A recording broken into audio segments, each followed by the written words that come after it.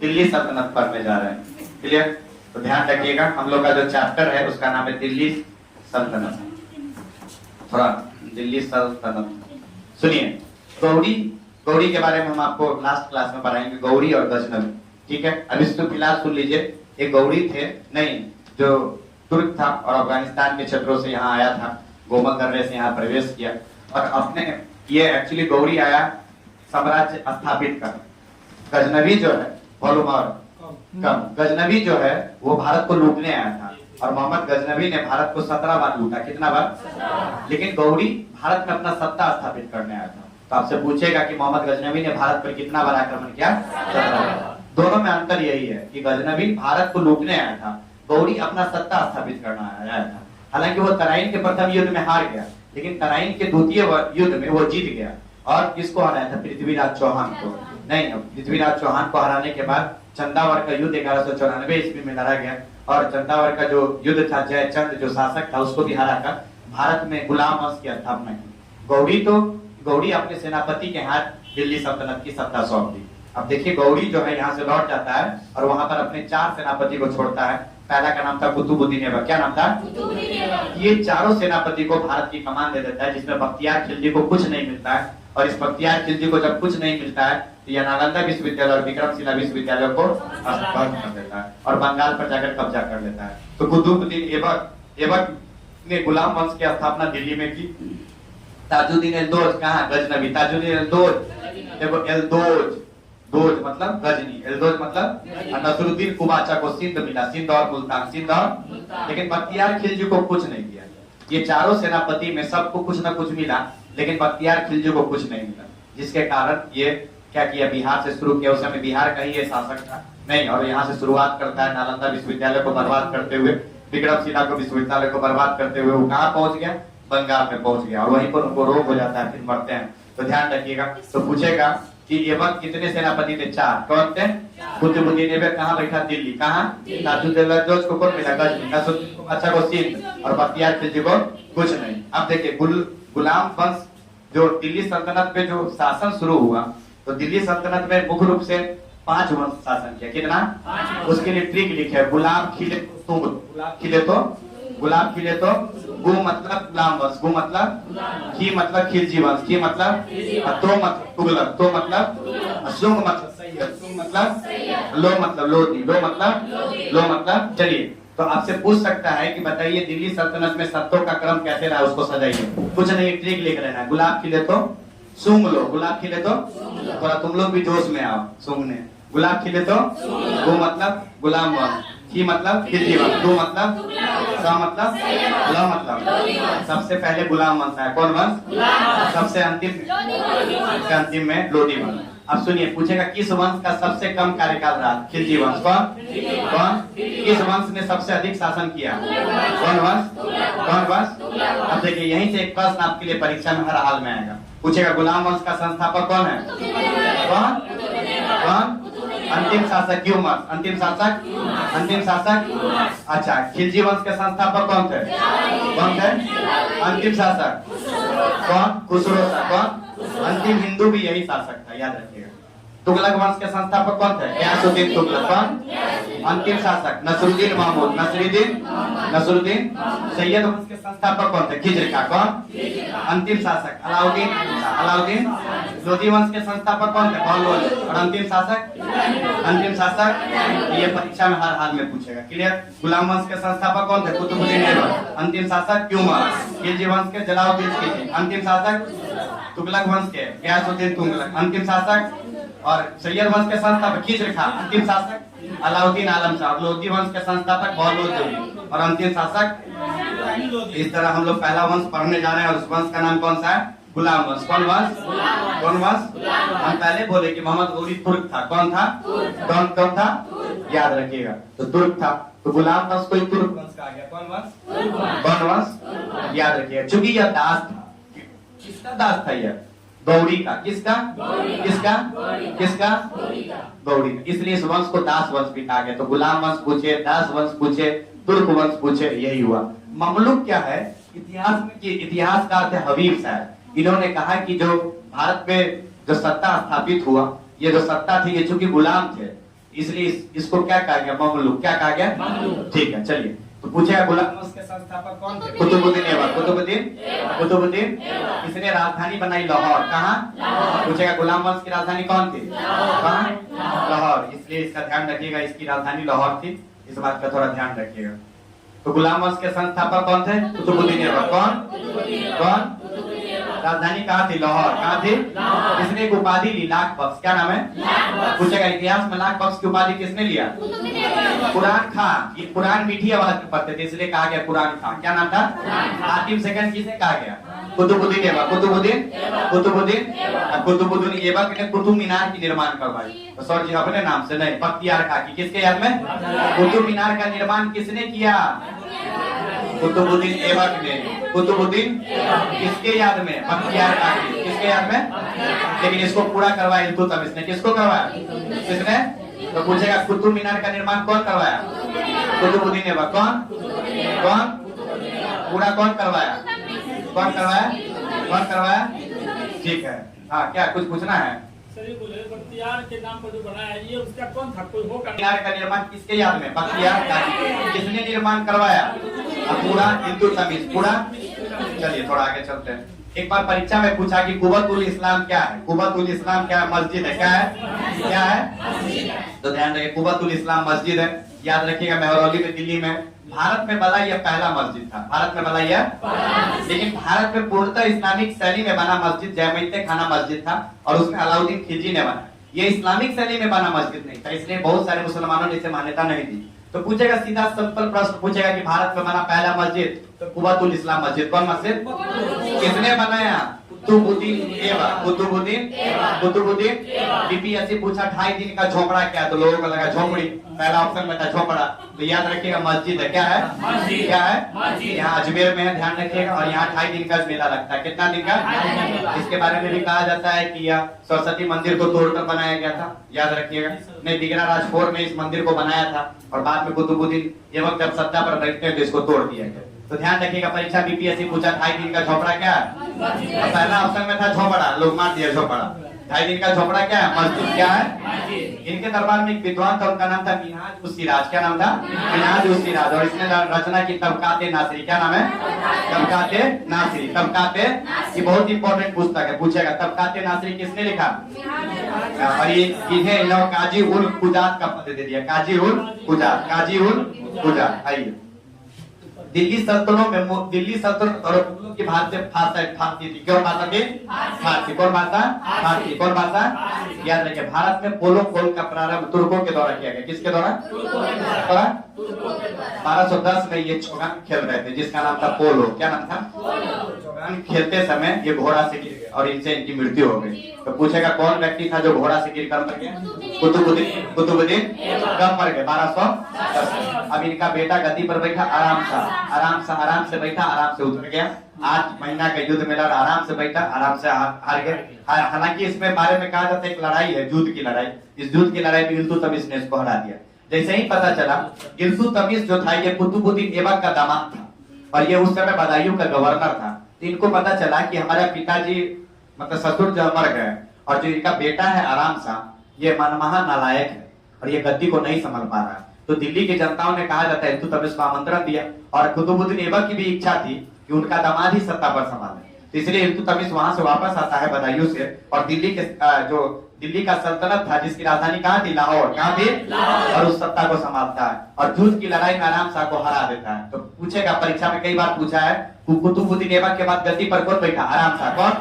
हमेशा में लोग मार देता है इल्तुतमिश। तो ध्यान रखिए, पहले बैठा कुतुबुद्दीन ऐबक, फिर आराम शाह, फिर बैठा इल्तुतमिश। कौन बैठा? फिर बैठा रुकनुद्दीन फिरोज, फिर बैठती है कौन? रजिया। कौन? तो ध्यान रखिएगा, अब इल्तुतमिश ने उपाधि ली, उसका नाम था सुल्तान ए आजम। क्या नाम था? ये इलवरी तुर्क था। कौन था? यह शमसी वंश का था। ये कहाँ का गवर्नर था? बदायूं। तो पूछेगा, दिल्ली सल्तनत पर बैठने से पहले इल्तुतमिश कहाँ का गवर्नर था? बदायूं का।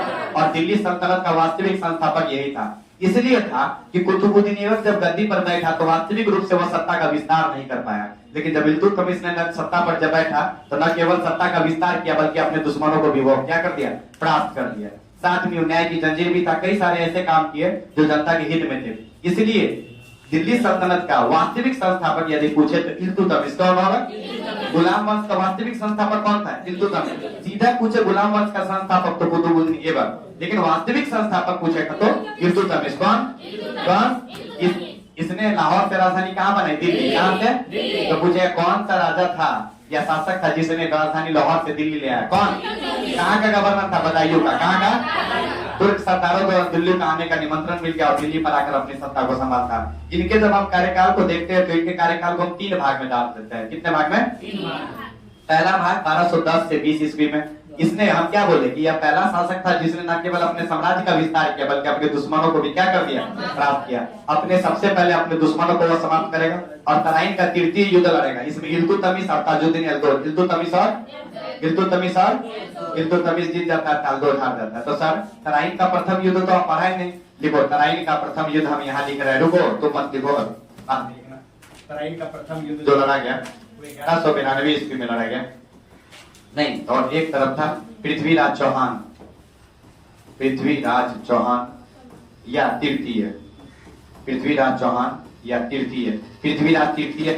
तो यह इनको राय पिथौरा भी कहा गया। ये तीनों इन्हीं का नाम था, राय पिथौरा, राय पिथौरा। और दूसरी तरफ था मोहम्मद गौरी। इस युद्ध में मोहम्मद गौरी हार जाता है और पृथ्वीराज चौहान जीत जाता है। फिर दूसरा युद्ध लड़ा जाता है तराइन का सेकेंड युद्ध, तराइन का द्वितीय युद्ध। और तराइन का द्वितीय युद्ध लड़ा जाता है, एक तरफ पृथ्वीराज चौहान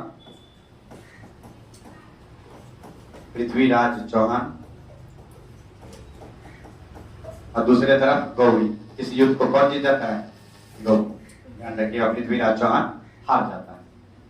और फिर तराइन का द्वितीय युद्ध 1191 होगा, 1191 और ये होगा 1192। ध्यान रखिए। तराइन का तृतीय युद्ध कब हुआ? 1215 और 16 के बीच इल्तुतमिश और एल्दोज का युद्ध। 1217 में सिंध पर भी जीत लेता है। इसी बीच में क्या होता है? 1221 में एक आक्रमण होता है दिल्ली पर और पहला मंगोल आक्रमण होता है, करता है चंगेज खान। कौन करता है? यह ईश्वर को अपने आप को अभिशाप भी बोलता है। ईश्वर का अभिशाप खुद को बोलता है। पूछेगा ईश्वर का अभिशाप वो कौन बोलता है? खुद को चंगेज खान। कौन बोलता है? याद रखिएगा। एक्चुअली कहा जाता है ये पैर से थोड़ा लंगड़ा रहता है और बच्चे में ही अपाहिज हो जाता है, लेकिन 1221 से 27 तक इल्तुतमिश को सत्ता से बाहर कर देता है।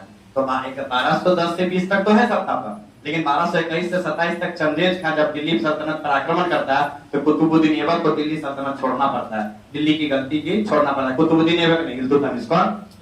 फिर वह जब 27 में चंगेज खान वापस चला जाता है और इल्तुतमिश को कह देता है कि आपको हमको टैक्स भेजना पड़ेगा, तो वह सत्ता छोड़कर पुनः, चूंकि मंगोल से आया रहता है, मंगोल आक्रमणकारी रहता है, वो फिर अपने क्षेत्रों में चला जाता है। तो पूछेगा भारत पर पहला मंगोल आक्रमण किसके समय में हुआ? इल्तुतमिश। किसके? और करने वाला कौन था? Genghis Khan. कौन? चंगेज खान कहाँ का था? मंगोल का। कहाँ था? कहाँ का था? याद रखिएगा। फिर जब ये सत्ता पर बैठता है तो 1229 में बगदाद के खलीफा से खिलवत की उपाधि ले लेती है। बगदाद के खलीफा से किसकी उपाधि? खिलवत की। किसका? और 1221 में यह ग्वालियर विजय युद्ध होता है और इल्तुतमिश विजय हो जाता है। इस विजय को जीतने के बाद ही वो चाहता है कि उसकी सत्ता जो है रजिया संभाले, उसकी पुत्री संभाली। और यह भारतीय इतिहास में पहली एक अजब सी घटना होगी, जो भारत की पहली महिला शासिका कौन बनेगी? रजिया सुल्तान। कौन? हालांकि इतिहास जब आप देखेंगे तो गुप्त काल में भी पहली महिला शासिका हुई थी। याद रखना, आपको पता होना चाहिए। उसका नाम था प्रभावती गुप्त, जो चंद्रगुप्त द्वितीय की पुत्री थी, लेकिन वो भारत की सत्ता में नहीं थी, वो वकाट वंश की राजकुमारी बनी थी पहला। तो इसलिए उसके बारे में चर्चा नहीं हो पाता है। लेकिन रजिया वास्तविक में दिल्ली के सल्तनत पर पहली बार बनी, इसलिए उसको भारत की पहली महिला शासिका कहा जाता है। तो पूछेगा किस युद्ध के विजय के उपलक्ष्य में ही इल्तुतमिश ने रजिया को भारत का अगला सुल्तान घोषित कर दिया? ग्वालियर। अब बगदाद के खलीफा से खिलवत की उपाधि किसने लिया? इल्तुतमिश। किसने? तो इस तरह हम लोग उसका तीनों अलग अलग पाठ करके देख लेते हैं, आपको समझ में आ जाएगा। अब इल्तुतमिश का विजय अभियान हम लोग थोड़ा सा देख लेते हैं। आपके लिए लिख दिए हैं KBRGM। देखिए 21, 23, 24, 3 जोड़े, 2 जोड़े, फिर कितना जोड़ दिए? 3। नहीं बुझा रहा आपको?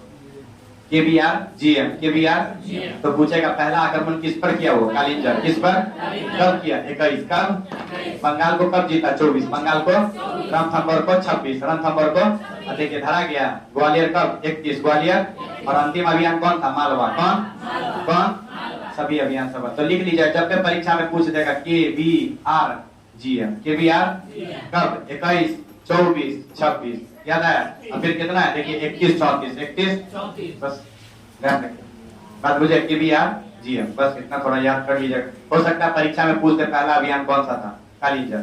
अब इल्तुतमिश ने इतिहास में इसलिए चर्चों में रहा क्योंकि इन्होंने कुछ न्याय के काम किए, मुद्रा चलाया। याद रखिए दिल्ली सल्तनत का यह पहला शासक था जिसने मुद्रा सुधार किया और चांदी का और तांबा का जीत कर तांबा का 1 टंका बराबर 48 जीतल, 1 टंका बराबर। तो पूछेगा चांदी का टंका और तांबा का जीतल कौन चलाया? इल्तुतमिश। कौन? दिल्ली सल्तनत का वास्तविक संस्थापक कौन था? इसने राजधानी लाहौर से कहाँ लाया? दिल्ली। कहाँ? याद रखिए भूमि सुधार करने वाला भी दिल्ली सल्तनत का यह पहला शासक था और इसने एक व्यवस्था लाई, इक्तादारी व्यवस्था। कौन व्यवस्था? और इसके प्रमुख को इक्तादार कहा गया। क्या कहा गया? और पहली बार भूमि का माप करने वाला भी भारतीय इतिहास का यह पहला शासक था। तो पहले बार भूमि का माप करवाने वाला कौन शासक? इल्तुतमिश। कौन?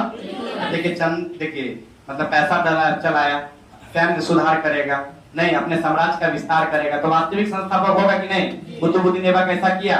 नहीं किया। तो ध्यान रखिए इसने एक व्यवस्था चलाया तुर्के-चिहरगानी, मोस्ट VVI पूछेगा तुर्के-चिहरगानी व्यवस्था किसने शुरू किया? इल्तुतमिश। कौन? कितना तुर्क था? 40। कौन? इसी 40 अमीर तुर्कों से वो विचार लेता था। कहा जाता है इल्तुतमिश के समय में ये जो 40 अमीर तुर्क थे यही पूरे सत्ता को चला रहा था। तो पूछेगा तुर्के-चिहरगानी व्यवस्था कौन शुरू किया? कौन? कितना तुर्क था? 40। कितना? इसने एक सैन्य व्यवस्था की शुरुआत की। सैन्य सुधार सबसे पहला करने वाला शासक कौन था? इल्तुतमिश। कौन? इन्हें न्यायप्रिय शासक कहा गया, इसलिए इसको इनको न्याय की जंजीर कहा गया। न्यायप्रिय शासक होने के कारण इन्हें क्या कहा गया? न्याय की जंजीर। याद रखिएगा बहुत इंपॉर्टेंट। इल्तुतमिश ने सुल्तान के पद को वंशानुगत बना दिया। कौन बना दिया? कौन? इल्तुतमिश। कौन? चांदी का टंका तांबा का जीतल। कौन? भूमि का पैमाइश करवाने वाला पहला शासक कौन? क्लियर। न्याय की जंजीर किसे कहा गया? किसने? इल्तुतमिश को। क्लियर। और सुल्तान के पद को वंशानुगत कौन बना दिया? इल्तुतमिश। कौन? इल्तुतमिश चाहता था कि उसकी गद्दी पर वही बैठे, लेकिन उससे पहले रुकनुद्दीन फिरोज बैठता। क्या नाम है? रुकनुद्दीन फिरोज। याद रखिएगा। तो हम एक बार टेबल आपको सजा देते हैं, थोड़ा देख लीजिएगा। पहले बैठा ऐबक के बाद कौन बैठा? आराम सा। कौन बैठा? देखिए आराम सा से गद्दी पर बैठा। फिर कौन बैठा? इल्तुतमिश। कौन बैठा? इल्तुतमिश। फिर कौन बैठा? फिरोज। रुकनुद्दीन फिरोज। कौन बैठा? याद रखिए रुकनुद्दीन फिरोज बैठा। फिर कौन बैठा? रजिया। कौन? ये परीक्षा में कई बार सजाने के लिए पूछ दिया है कि क्रम सजाइए।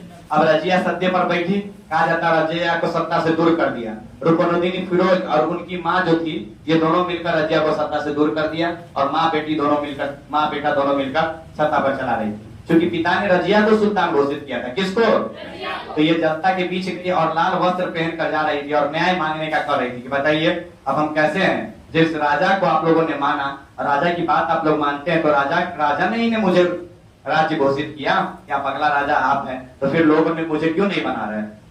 तो इन्होंने पूरे दिल्ली के जो जनता है उनके बीच लाल वस्त्र पहनकर और टोपी पहनकर जाने लगा कि आपसे मुझे न्याय चाहिए, आप लोग विद्रोह कीजिए।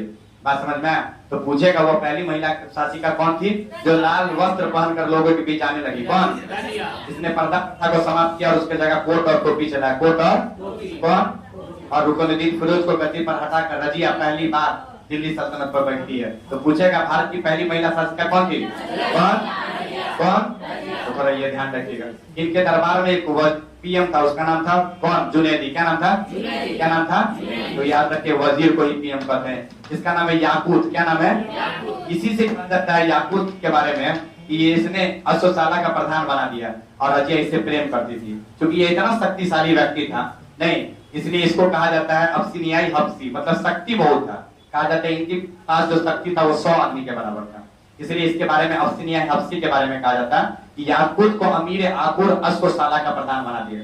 पहले जितना जिसके पास घोड़ा वो राजा उतना शक्तिशाली। तो इसलिए पूछेगा बताइए अमीर आकुर का पद किसको दिया और प्रधानमंत्री कौन था? जुनैदी को पद को पावर को कम कर दिया। इसलिए कम कर दिया कि जुनैदी जो था ये क्या किया कि रुकनुद्दीन फिरोज से जब वो लड़ रही थी सत्ता के संघर्ष पे, तो जुनैदी उनका साथ नहीं दिया था रजिया को। इसलिए जुनैदी की शक्ति को कम कर दी थी। तो उसके बाद जब यह अल्तुनिया गई, अल्तुनिया, तो यहाँ पर अल्तुनिया सॉरी यहाँ जब तबर हिंद गई भटिंडा, तो वहां का एक राजा था, उसका नाम था अल्तुनिया। क्या नाम था? अब ये तो इससे इतिहास लिखता है कि याकूब से ये प्रेम करती थी, लेकिन वास्तविकता में क्या है ये स्पष्ट नहीं है। लेकिन जब यह भटिंडा जाती है तो यहाँ पर एक अल्तुनिया था, और भटिंडा में जो विद्रोह होता है उसको दबाने के लिए वो जाती है, और यहीं से अल्तुनिया से विवाह कर लेती है। वो उससे प्रेम हो जाता है, चूंकि राजा था।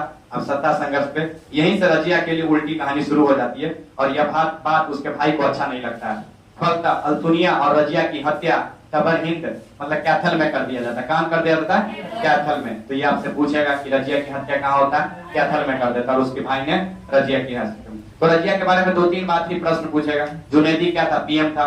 याकूत कौन था? अश्वशाला का प्रधान। और जब भटिंडा पर वो विद्रोह को दबाने गई तो वहां का शासक कौन था? अल्तुनिया। कौन था? दोनों की हत्या कर देता है उनका भाई।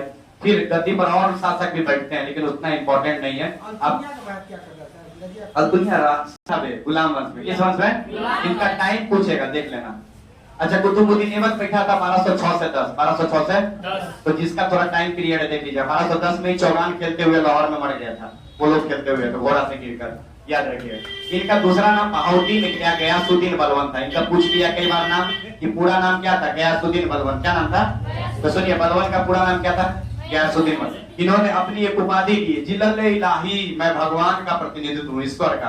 तो पूछेगा जिलल्ले इलाही की उपाधि किसने लिया? बलवन। नियामत खुदाई कौन बोला? कौन? बलवन। तो पूछेगा जिलल्ले इलाही और नियामत खुदाई बलवन। बोला हम भगवान है, तुम भगवान की तरह रहो। बोलेगा आओ मेरे चरणों में गिर जाओ, मेरे चरणों को चूमो। उसको बोलते सिजदा और पाबोस। सिजदा और सिजदा मतलब झुक कर, पाबोस मतलब पैर को चूमना। झुक कर पैर को क्या करो? तो पूछेगा सिजदा पाबोस कौन लागू किया? कौन? कौन? कौन? जिलल्ले इलाही कौन बोला? बलवन। नियामत खुदाई इसने एक त्योहार शुरू किया, उसका नाम था नवरोज। क्या नाम था?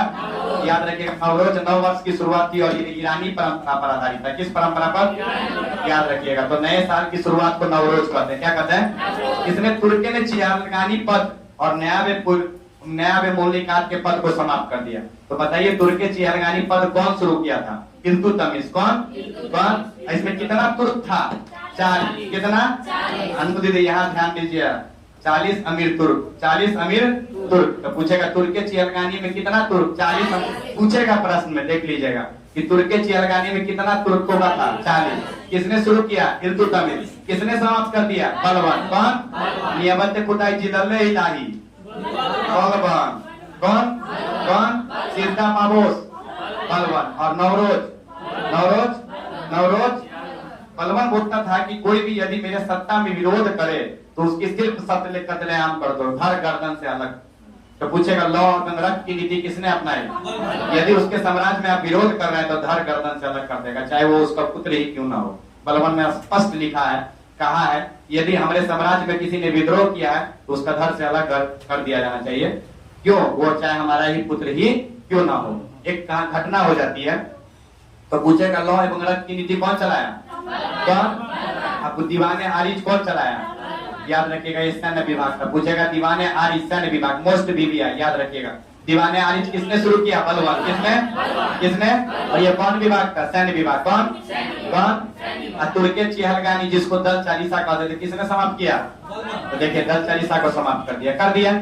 अब इनके दरबार में 1278 में बंगाल में विद्रोह हुआ। कहाँ विद्रोह हुआ? और यहाँ पर तुगलिल बेग था, तुगलिल खां। क्या नाम था? कहा जाता है बलवन के विरोध इसने विद्रोह कर दिया, और बलवन ने इस विद्रोह को दबाने के लिए स्वयं नहीं जाता, अपने प्रतिनिधि को भेजता है, और बलवन ने इस विद्रोह को समाप्त कर दिया। और उसकी एक हमदर्द थी, उसका नाम था भिखारी। क्या नाम था? कहा जाता है इसको भी नहीं छोड़ा बलवन। कहा जाता है यदि इसको छोड़ता तो फिर यह बलवन के खिलाफ विद्रोह करता। और बलवन ने कहा, वहां फिर बलवन जाता है वहां बंगाल, और बलवन कहता है इस भिखारन की भी हत्या कर दो, क्योंकि ना रहेगा ना कोई मेरे विरोध करेगा। क्योंकि कहा जाता है तुगरिल खां को अपने पुत्र की तरह यह भिखारी मानती थी। बात समझ में? तो ऐसा था बलवन ने कहा कि साम्राज्य में विद्रोह तो धर क्या करो, सर से अलग कर दो। देखो सिर्फ तुगरिल खां उसके खिलाफ विद्रोह किया, तब उसके जितने भी चाहने वाले थे उनकी हत्या की, और उसमें एक नाम था उसका हमदर्द। क्या नाम था? भिखारी। और उनकी क्या कर देता है? हत्या कर देता। ये बीपीएससी प्रश्न पूछा है कि बताइए 1278 में बंगाल का जो विद्रोह हुआ तो भिखारी की जो हत्या की थी वो कौन, किसका था? तुगरिल का। कौन था? ये बीपीएससी पूछा है। अब देखिए इसका प्रायश्चित इनको भोगना पड़ता है। 1285 में मंगोल आक्रमण होता है और अपने अपने पुत्र, वो तमर था, मंगोल नेता, उसका नाम था तमर। क्या नाम था? एक्चुअली ये मंगोल नेता था, मंगोल आक्रमणकारी था। और इस आक्रमणकारी से बचाने के लिए, दिल्ली को बचाने के लिए अपने बेटा शाहजादा मोहम्मद को भेजता है। लेकिन यह इस युद्ध में उसका बेटा ही मारा जाता है। और इसके मृत्यु के बाद बलवन इतना क्षोभित हो जाता है कि उसको पहली बार एहसास होता है कि पुत्र की मृत्यु क्या होती है। और इसकी मृत्यु के बाद बलवन कुछ समय के बाद स्वतः मर जाता है। तो किसी के साथ अगर गलत करते हैं तो उसका टेट फॉर टिट देख लीजिए, प्रायश्चित है क्या। तो याद रखिएगा, पूछेगा 1585 में मंगोल आक्रमण कौन था? तमर। और उसमें उसका कौन पुत्र मारा गया? शहजाद। कौन? शहजाद। तो थोड़ा ध्यान रखिएगा, क्लियर। इस समय एक पुस्तक था, जियाउद्दीन बर्नी की नाम था, उसका नाम था तारीख फिरोजशाही। क्या नाम था? क्या नाम था? तो पूछेगा तारीख फिरोजशाही किसने लिखा? जियाउद्दीन बर्नी। जियाउद्दीन। शहजाद मोहम्मद के अंदर या बलवन के अधीन एक व्यक्ति था, अमीर खुसरो। अमीर खुसरो जो था ये सत्ता संभालता। हालांकि ये पोएट थे, कवि थे, लेकिन ये अपनी जीवन की जो शुरुआत करता है वो बलवन का पुत्र शहजाद मोहम्मद के अधीन करता है। तो पूछेगा कि अमीर खुसरो ने अपने शुरुआत किसमें किया? शहजाद मोहम्मद। नहीं ऑप्शन में आएगा तो बलवन मारिएगा। अमीर खुसरो की शुरुआत वहीं से होता है। ये बात थोड़ा ध्यान रखिएगा। समझ में आ रहा है कि ऊपर से जा रहा है? जियाउद्दीन जो है दो पुस्तक लिखा है। ये पूछा था कि जन्म कहाँ हुआ है? एटा के पटियाली गांव यूपी में। तो याद रखिएगा, पटियाली। कौन गांव?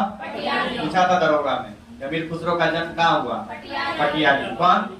याद रखिएगा, यूपी के एटा जिला के पटियाली गांव में। और इनका मूल नाम मोहम्मद हसन था। कौन? इनका भारत का तूतीय हिंद कहा जाता है। क्या कहा जाता है? भारत का तोता किसे कहा जाता है? अमीर खुसरो को। अमीर खुसरो को। तो ध्यान रखिएगा, भारत का तोता अमीर खुसरो को कहा जाता है। कई बार पूछा है प्रश्न, फिर पूछेगा। क्लियर? कुछ इनके गुरु थे निजामुद्दीन औलिया। कौन था? कौन? पूछेगा 7 शासकों का शासनकाल कहाँ कौन देखा था? बलवन। कौन? हालांकि मूल रूप से ये 8 शासक का देखा था, लेकिन फिर भी किताब में कई बार पूछ देगा कि 7 शासकों का शासनकाल कौन देखा? बलवन की अमीर खुसरो? बलवन, अमीर खुसरो। कौन? क्या हुआ, वो कुमार ही चढ़ गया क्या? अमीर खुसरो हो गया। ओवर कर दे क्लास, ठीक तो चल रहा है। हमको तो नहीं लग रहा कोई इसमें दिक्कत हो गया। दिक्कत हो रहा है इसके बाद रोक देते। हमको क्या है, अमीर खुसरो का जन्म ये था कि कहाँ? पटियाली। याद रखें, मूल नाम क्या था? मोहम्मद हसन। क्या नाम था? तूतीय हिंद किसे कहा गया? अमीर खुसरो। या भारत का तोता किसे कहा गया? याद रखिए, भारत में तबला और सितार और हिंदुस्तानी कला शैली के जन्मदाता कौन थे? कौन? वीणा के जन्मदाता कौन थे? माँ सरस्वती। लेकिन तबला, सितार और हिंदुस्तानी कला शैली का जन्मदाता कौन था? भारत के कितने शासकों को शासनकाल देखा? कौन? पूछेगा 7 शासकों का शासनकाल कौन देखा? याद रखिए, ये इनका जो ये बलवान के दरबार से लेकर गयासुद्दीन तुगलक के दरबार तक रहे, इसलिए 7 शासकों का शासन। इनकी जो रचना है वो बहुत इंपॉर्टेंट है, ये पूछेगा आपसे। इसमें बुगड़ा खां, कैकुआबाद का मिलन खान, बुगड़ा खां एवं कैकुआबाद का मिलन बिंदु है। ध्यान रखिएगा, कैकुआबाद। एक्चुअली क्या होता है, एक बात हम बता देते हैं। इस पुस्तक में क्या होता है कि जब मंगोलों का आक्रमण होता है तो बुगड़ा खां इस सत्ता को छोड़कर चला जाता है, और इनका जो छोटा बेटा है कैकुआबाद, उसको गद्दी पर बैठना पड़ जाता है। अब दोनों बाप बेटा एक दूसरे से विछड़ हो जाता है, तो दोनों बाप बेटा जब एक समय मिलता है तो बड़ा भावुक हो जाता है। उस पुस्तक की जो रचना है उसमें किरान सादिन में, किसमें, और लिखने वाले कौन थे? अमीर खुसरो। ये अमीर खुसरो की पहली रचना है। उसके बाद नू सिपीर बीनी की रचना है जिसमें प्राकृतिक वर्णन है। लैला मजनू सऊदी अरबिया की प्रेम कहानी है, ये पहली दुनिया की प्रेम कहानी है। याद रखिएगा, सऊदी अरबिया की प्रेम कहानी जिसमें लैला मजनू को नहीं मिल पाती है। फिर एक रचना है आशिका, जो खिज्र खां और देविका रानी की प्रेम कहानी है, जो अलाउद्दीन खिलजी का पुत्र था। उसके बाद एक खजाइन उल फतह है जिसमें अलाउद्दीन खिलजी के सैन्य अभियानों की जानकारी है। इनकी अंतिम पुस्तक तुगलकनामा है जिसमें गयासुद्दीन तुगलक के विजय अभियानों की चर्चा है। तो ये सातों जो 6 पुस्तक है ये आपके लिए इंपॉर्टेंट है, ये पूछबे करेगा, हर हाल में पूछेगा ये किसकी रचना है। तो याद रखें, किरान सादिन किसका है? अमीर खुसरो। किसका? खुसरो। नू सिपीर किसका है? अमीर खुसरो। नू सिपीर। लैला मजनू, आशिका, खजाइन उल फतह में किसका वर्णन है? खजाइन उल फतह किसकी रचना है? अमीर खुसरो। किसका वर्णन है? अलाउद्दीन खिलजी। किसका? पूछेगा तुगलक नामा किसकी रचना है? अमीर खुसरो। किसकी? और किस राजा के बारे में? गयासुद्दीन तुगलक। किसका? ये सातों किताब का नाम नहीं भूलिएगा, एकदम पूछेगा, हर हाल में पूछता है। अमीर खुसरो बहुत इंपॉर्टेंट है, तबला और सितार का जन्मदाता है, भारत का तोता कहा जाता है, इसने 7 शासकों का शासन काल देखा था। ये बहुत इंपॉर्टेंट व्यक्ति है अमीर खुसरो, तो थोड़ा ध्यान रखिएगा। अब अमीर खुसरो के बाद आगे चलते हैं।